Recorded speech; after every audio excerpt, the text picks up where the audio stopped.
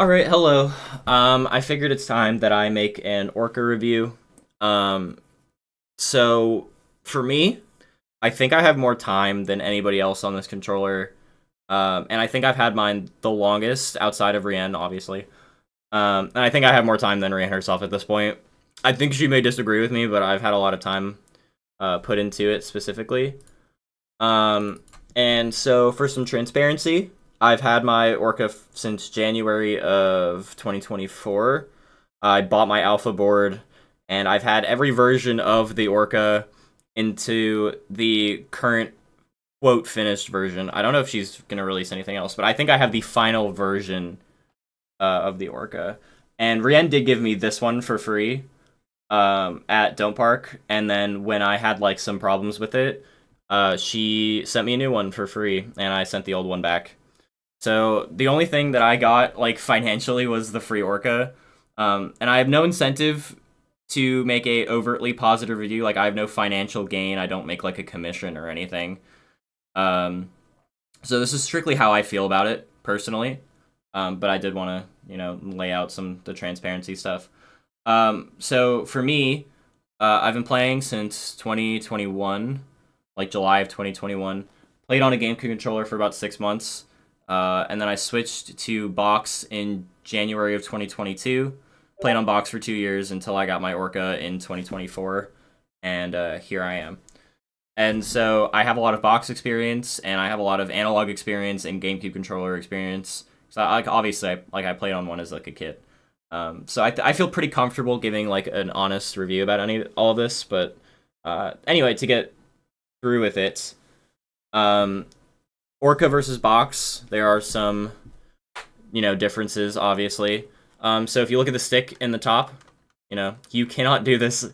Cannot do this on a box. I am able to wiggle my stick and pick very specific values that I want at any given time, which is so awesome. It's so cool being able to do that. And as this implies, I have no modifiers. I have no button to press that give me a specific value. I don't have specific like fucking recovery angles. I don't have specific wave dash angles. I have none of that.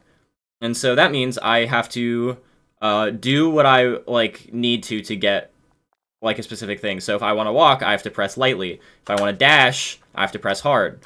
If I want to up tilt, I have to be pretty, I have to be specific with the button.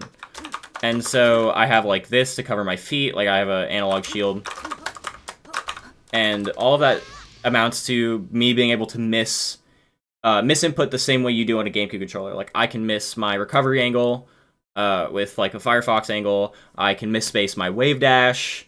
I can accidentally up air or up smash instead of up tilting in the exact same way that a GameCube controller can, and not like how a box can at all. Because if you know anything about box, you will know that it is impossible currently to miss up tilt on a box. You cannot miss running up tilt on a box. There's literally a button that bans you from getting tap jump. No physical way to miss up tilt on a box. Maybe with Neutral CD they've like changed it, but even still, it's like 99.9% like consistency. And there's like even methods on box to give you 100% consistency with dash back out of crouch. And I'm not memeing to like say that, like genuinely 100% consistency with dash back out of crouch. You will never miss it on a box with like some specific method. And I think that stuff like that's really cool, that I have to earn the things that I do. Automatically, I think that just makes it way cooler than a digital box. And I don't think digital should have even been really in the game in the first place, to be honest. Now that I've played on this thing, it's just like, why were we even doing this for like 7 or 8 years? And like, yeah, like even when I'm moving around, the stick looks a lot more like a GameCube controller, which is like the very cool thing. I can slight drift, like super cool being able to do that. I can do small wave dashes, I can do really far ones. Yeah, like that. I can do really far ones. Super cool. The world is my oyster, the exact same way as a GameCube controller, just in a box form. So what do I think about it personally is I love this thing. I think it's very cool. And I think my personal experience is I've gotten significantly better in the last year, more than I ever would have on a box. Now, I'll explain what I mean by that, because on paper it sounds like the controller is just like carrying me and giving me things, but it's quite the opposite. It's like the things that people complain about with box is because it's too fast, right? The Foxes with their frame one nairs, you can't miss up tilt, you have perfect recovery, you have your like insanely easy ledge dash, and like no neutral SOCD is currently enforced, but it will be. And there's the Falcons and the Peaches running around with C-stick down. Peaches are sub-floating at you with ASDI down. Falcons are running around with ASDI down, etc., etc. Right? Like the people on box play a very different game than they do on a GameCube controller. It's just objectively the truth. And like, not to put anybody on blast, but there are like very specific players that absolutely would not have the same playstyle on a GameCube controller.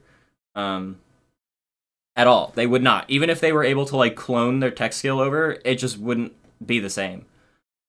And so box in those regards is very broken, but box is also severely limiting in the analog department. So you only have like 3 or 4 specific wave dash angles, and for a character like Sheik, that's pretty bad. I can't RTC Fox and Falcos that have good slight DI and realize that I'm on a box. Like, if there's like some specific DI that if I do like wave dash angle 1, they end up behind me, but if I do wave dash angle 2, I can like barely grab them, but if they tech away afterwards, it's like borderline impossible to grab, and it just feels really terrible trying to RTC when you only have 2 angles. And like there's other things like you can't slight drift. Ugh. You can't slight drift on a box in the same way that you can on a GameCube controller or on digital. Yeah, the wave dash angles, stuff like that. Recovery angles, even for Fox, there are angles on a GameCube controller there's angles on a box that you could never ever have. Or no, I'm saying it backwards. There's angles on a GameCube controller that you could never ever have on a box. Like objectively, you cannot, like the way Cody Schwab recovers, you cannot do that on a digital box. It's just not possible. You're not hitting the same angles that Cody does. No matter how hard you try, no matter how hard you will it, no matter how good you are, you're never hitting an angle like that. And like some would call that like the limiting factor of both. But I personally dislike that there's such a split between like the box's speed and GameCube controller analog stuff. Because players like Chef Rock, who's a very good friend of mine, used to be a like whizzy slight drift, like I'm going to mix up my opponent with like my drift and slight minute mix-ups on a GameCube controller, and when he switched to box, he just became the super TAS, like fast Falcon that you guys see on Twitter clips today. And the reason for that is because you simply can't do stuff like that on a box. You just cannot do it in the same way.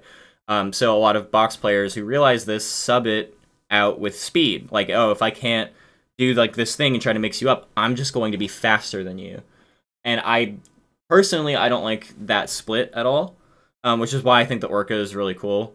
It's kind of the best of both worlds. It has, it's never going to break in the same way like a GameCube controller would, but you have access to GameCube controller type things in the box format without having anything to hold your hand in the same way. And so for that, I think that's why I got so much better in the last year, is I've had a lot of slight drift stuff. I'm able to walk at people. Like, I'm like jaywalking straight through people sometimes now. And like, sure, you could do that on a box, but it's just like not the same. Like being able to do like this is just not, it's just not the same. It's a lot harder. Like the slight analog stuff is just way harder. And I think this controller is just objectively better than the box for that reason. In like almost every regard, I feel like if anyone has a choice between picking a digital box and an Orca, I would absolutely just recommend going with the Orca because of the quality of life and like the world is your oyster type mentality that you have when you have this controller, compared to like the box is good at what the box is. Like the box is good at what the box is good at, and it's bad at what it's bad at. And like I know there's the box haters who are gonna say stuff like, "Oh, like the box isn't bad at anything," like da. I dislike the digital box a lot. I hate it. I think it's so obvious to me when people are on a box now. Um, and like they just have like a specific play style that you just immediately can recognize. But the box does absolutely have drawbacks. Like I've seen people get dunked on Twitter so bad for bringing stuff up like that, but it's the truth. It is quite literally the truth. There are drawbacks to both. And with this thing, you don't have the same drawbacks. It's kind of like the best of both worlds, but you're not like fucking cheating in the same way. And so, yeah, that's my closing thoughts. I've placed pretty well at tournaments, all things considered, on my Orcas. I got like 13th at a pretty okay regional in January of last year, like my second or third day on box or on Orca. And I got 13th at Plat Fight, like earlier, like about a month ago. So it's like definitely you're able to succeed on this controller, like obviously, and you are able to kind of just do whatever you are wanting to in the same way on a GameCube controller. It feels pretty easy to switch between once you have like the hang of it. And like to anyone who's ever been on a box, you absolutely know how evil it is to switch between any jump squat. Because you can feel the frame. Like, you can feel the frame between 3 and 4 frame jump squat. You just can. On this thing, it feels exactly like a GameCube controller. Like, when you're switching between characters on a GameCube controller, it's, like, so... It feels really good. And then you end up switching on a box, and you can't wave dash, and, like, everything is stuck. And you... The best way I can describe it is you feel the frame of it. And, like... I think this controller is like the peak of what the the hand controller like should be, or the box controller like should be. I don't think that we should have digital controllers in like a perfect Melee world. But I know that's like the thing to like, you know, I feel like that's like the end result is like their digital controllers are just not used anymore, and people have analog alternatives to play Melee the way you should have. And yeah, that's kind of how I feel about the controller as like, you know, as someone who's clocked a lot of time into it. I'm like trying to think of the correct words to say. And yeah, I don't know if I have any exactly else to talk about.